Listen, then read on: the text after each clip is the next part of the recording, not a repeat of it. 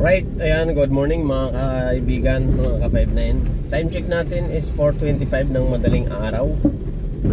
Nandito tayo ngayon sa may Quirino Avenue, panulukan ng TAF. Mayroon akong papakita sa inyo. Mayroong mga tirador dito na na-encounter natin. Trinatry nila kaninang buksan or distrongkahin yung Mio na motorsiklo nakaparada sa may Luzon. Pero ganun pa man, hindi nila nabuksan kasi natingnan natin, medyo naalangan sila. So ngayon, meron akong nakitang pulis na dalawa nung umusad na ako. Kinimrihan ko yung dalawang pulis, kaya inikutan nila. Ang modus ng mga suspect, apat na binatilyo. Dalawa, hindi sila nagsasamang buo na apat. Mag-apat silang dalawa. Ito papakita ko sa inyo. Dito kanina, nagpahinga ako dito kanina sa gilid. Yan, nasa top na tayo, no? Dito ako nagpahinga kanina. Papakita ko sa inyo yung motor ko nandiyan pa. Ayaw ko kung umiikot pa yung mga pulis, kung nagronda pa yung mga pulis. May dalawang pulis kasi kanina. Sabi nila, iikutan nila kasi tinimre ko sila eh. Ayan. Yan, dito tayo nagpahinga. So ayan yung motorsiklo, kinakalikot nila yan kanina. Motorsiklo na yan. Yan, dalawa na yan. O ayan yung jacket, nahulog na yung jacket. O ayan o yan, yung motor na yan. So hulog na yung jacket. So ganun pa man, hindi nila nakuha yung motor. So yung dalawa dito, yung dalawa doon kanina sa waiting shed na yon, kasi nakaidlip ako doon eh. Yung dalawa naman dito sa gitna. Yan, dito sa gitna. So nung lumakad na yung dalawa mula doon sa gate, doon sa waiting shed, eh saka lumabas yung dalawa dito, naka-back up dito sa gitna ng island. So ang modus nila, pareho silang nakaputi, lahat na apat. Sana makita natin sila dito. Ang modus nila, lahat silang apat nakaputi. Para mga ano lang, tawag dito, normal na hindi mo mahalata. Pero nakikita ko kasi nung medyo sinundan ko na sila ng konti, hinuhubad nila yung puting damit. Tapos mayroong nakasapaw na itim na damit sa ilalim. So yung kasi yung technique, pag hinabol ka, ay pag hinubad mo na yung yung pang ilalim na pang taas na damit, hindi ka na makikilala kasi siyempre ituturo puting nakaputi eh. Pero pag tinanggal na nila yung puting damit nga, balik itim na yung nasa ilalim. So hindi mo na makikilala kung hahabulin sila. Yun yung modus nila. So wala na rito. Kanina nakita natin sila dito sa kabilang side. Mayroon din silang parang gustong biktimahin na sasakyan din.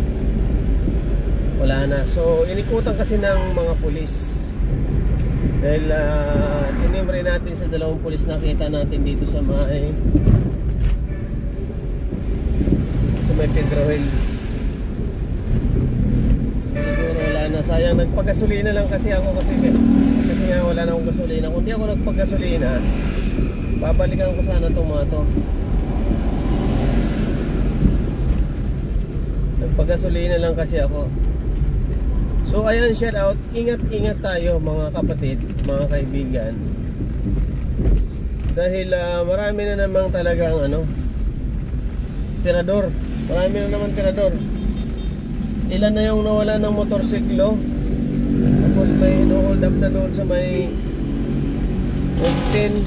Marami nang nabiktima. May mga nabibiktima na ngayon. Kaya ingat tayo mga kaibigan. So ayan, nasa kabaan tayo ng top. Tinatry natin na hanapin o tingnan yung mga pinatilyo lang sila. Mga binatilyo. So Ang tinatry nilang biktimahin ako. Kasi naka-standby ako doon sa may waiting shed, natutulog ako. Kaya lang, nakapadlock kasi yung mga pintuan ko, kaya hindi nila siguro na biktima. Nagising lang ako kasi binubusinahan ako ng EOB. Tinabihan ako ng EOB Express at binubusinahan ako ng binusinahan. So sa madaling akala ko kung ano, yung pala ginigising niya ako para magising ako.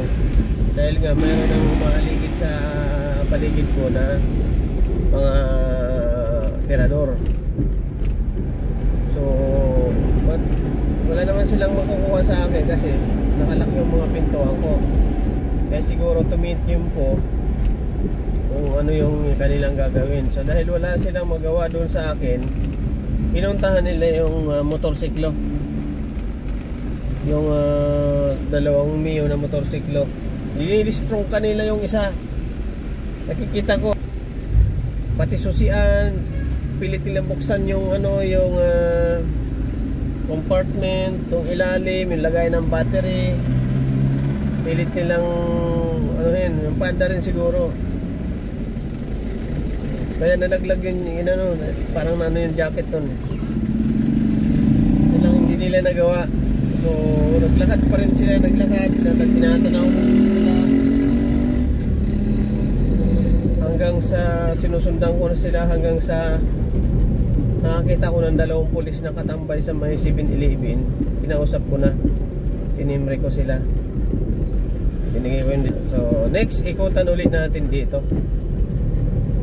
So shoutout kay Girly Rose TV, shoutout sa Team Mario na pinakamasipag na nag-iikot dito sa kahabaan ng Tabadi nyo o dito sa Manila. Girly Rose TV, shoutout.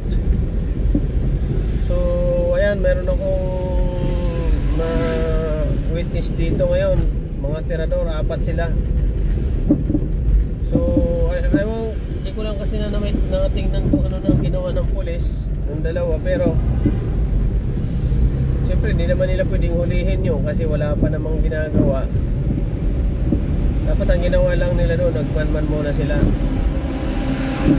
nila sila nagpahalata.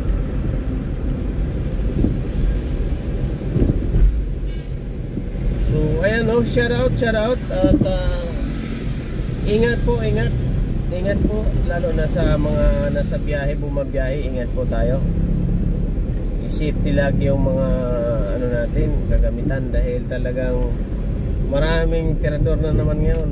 Ang masaklap dito, mga binatilyo, mga bata.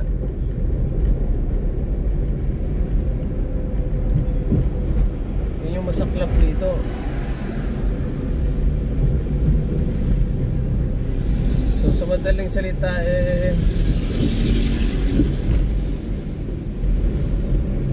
bumibiktima na yung mga bata. Hindi naman asin bata, mga binatilyo. Ewan ko lang kung ang edad nila yung binatilyo nga din. Basta maliliit lang sila, hindi sila ganun kalakihan. Yung isa nung nagdidistrong ka na ng motorsiklo, yung isa nakasakay na, nakaangkas na, yung isa kumakalikot. So yung pala yung technique nila para pag halimbawa makapa nila yung mapapatakbo agad kasi yung isa nakasakay na. So kung hindi ka observant people, kung titingnan mo, parang rin lang talaga, parang sila may-ari, parang gano'n. Akala ko nga sila may-ari. Nung inobserbahan ko na, hindi. Kasi may pilit binabaklas na wire sa ilalim. So kumbaga pilit pa anda rin. So dahil hindi nila nga nagawa, umalis at nakita nila na ako ay sa kanila, nakamanman sa kanila. Kaya umalis sila. So kaya sinundan ko na sila nung naglakad-lakad na sila.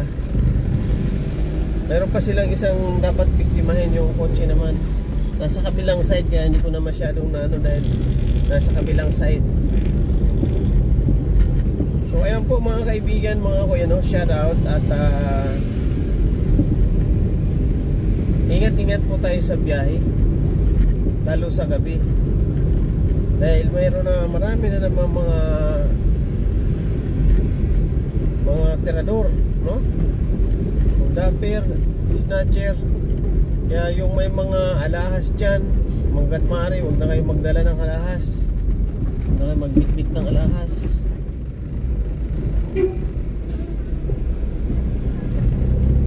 May mga mamahaling gamit. Pag lumakad kayo, sa ngayon medyo alalay muna kayo. Huwag na muna kayo magdala ng mga gamit na mamahalin. Kasi delikado. Cellphone, iwasan nyo maggamit ng cellphone na naglalakad. Kasi yan na magiging mitsa ng buhay ninyo, or magiging dahilan para makagawa sila ng masama sa inyo. So yun lang po yung tip ni Kuya Isko Official po. So ngayon nandito na tayo sa may Santa Cruz. Wala pa tayong pasahero. Kaya tayo nagpahinga doon kanina kasi wala tayong pasahero. Ayan, tawid na tayo ng Santa Cruz.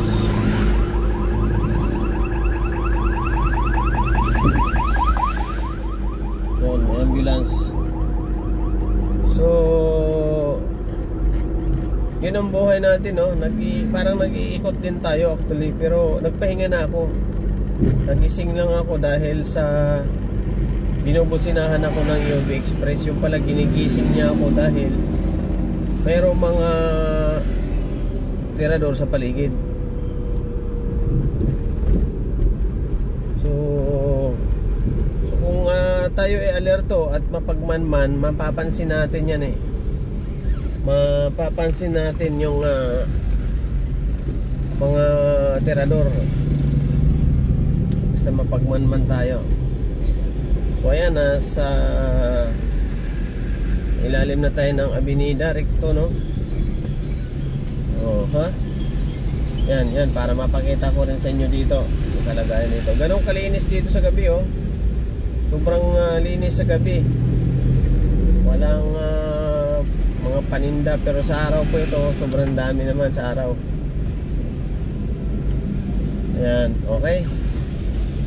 So ayan po mga kaibigan. So pupunta ko dito sa may bus terminal. May mga terminal yung bus dito. Titingnan ko kung meron pasahero tayo dito. So ganun pa man, meron kasi tayong pasahero Marilao, magpapasundo sa Marilao. Kaya medyo nagagawi ako dito sa pating Caloocan area para pag maya malapit na tayo sa Marilao. So ayan po, shout out po, no, mga kaibigan, mga biyahero, mga kuya. So ito po yung Recto Avenida. Medyo malinis talaga. Pero meron pa akong nakikita nakatayong chicks dito, no. Mga alam nyo na, mga nag-aalok ng kaligayahan. Meron pa rin dito. Gabi-gabi ako nandito na nagbibiyahe at marami dito nag-aalok ng kaligayahan. So ayan. So shout out at maraming salamat po. Sana suportahan nyo palagi yung aking upload video sa aking channel, Kuya Isko Official and Guwapo Biyahero TV. Yan po yung dalawang channel ko sa YouTube channel. At syempre dito sa aking Facebook account, Charles Francisco. Yan. So nandito na tayo sa terminal. Dito kasi terminal ng bus, madalas nandito rin ako. Nakakuha din ako dito ng pasahero. Dahil nga yung mga galing ng probinsya, inunahan ako ng isang taxi. Lagi ako naunahan sa pasahero. Kasi yung ibang taxi magugulang. Hindi naman pumapara pero humihinto siya. Okay, so shout out sa lahat at mabuhay po, mabuhay. Maraming salamat po sa mga nakasubaybay sa ating mga video upload. So nasa tayo sa Dorothy Jose. Try natin dito mag-standby kung makakuha tayo ng pasahero dito. So Dorothy. Yan, okay. So ayun po, maraming salamat po muli, Kuya Isko Official, ang ating YouTube channel. At siyempre yung isa, Guwapong Biyahero TV. At nandito tayo sa Doroteo Station. Maraming salamat po at mabuhay po ang lahat. Bye bye.